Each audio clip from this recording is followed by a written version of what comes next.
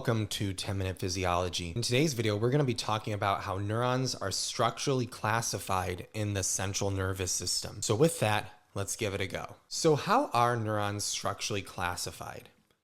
So in the central nervous system, neurons can have a large structural diversity, and therefore we can classify neurons in a number of different ways.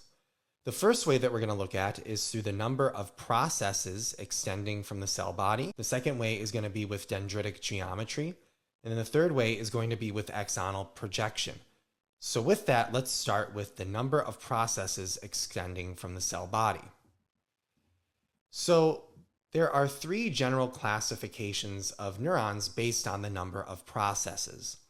The first is going to be the unipolar neuron. So this is an example of a unipolar neuron. And what we see here is that we have one process extending from the cell body or soma. Now these unipolar neurons tend to have a small area for receiving information, and they also tend to have highly specialized functions. And a great example of a unipolar neuron is going to be the dorsal root ganglia. The second classification, based off of the number of processes, is going to be the bipolar neuron.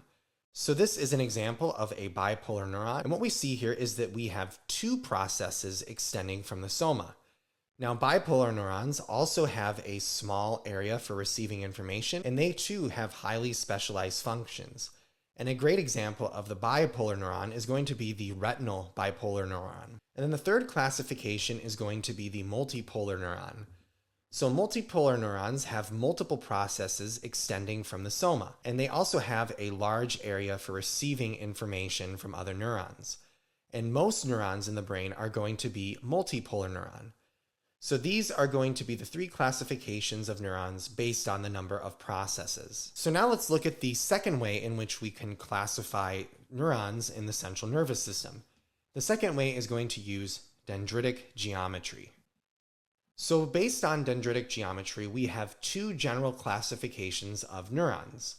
The first is going to be radial shaped. Radial shaped neurons have a large area for receiving information, and they can be classified as spiny, where they have dendritic spines, or aspiny, where they have no dendritic spines. And a great example of radial shaped neurons are going to be the stellate cells. The second classification based on dendritic geometry is going to be pyramid shaped.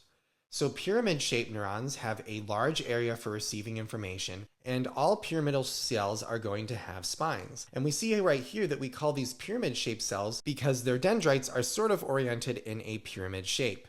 And a great example of a pyramid-shaped neuron is going to be the hippocampal pyramidal neuron. So let's look at the final way in which we can classify neurons based on their structure, and this is going to be axonal projection.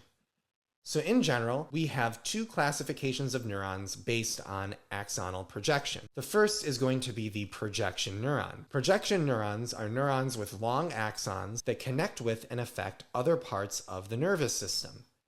Each of these neurons is going to have a clearly defined axon that comes from the axon hillock found on the cell body or a proximal dendrite. The axon will then extend away from the soma to a different part of the nervous system. So that is the first way in which we can classify neurons based on axonal projection. The second way is going to be the interneurons. So the interneurons are another class of neurons, and these neurons are neurons that stay in one region of the brain.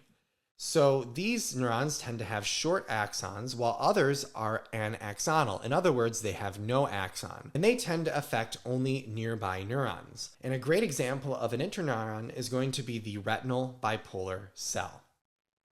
So that's it for this video. I hope this video helped you understand how to classify neurons based on their structure, and I hope to see you in the next video. Thanks for watching, and I hope to see you next time.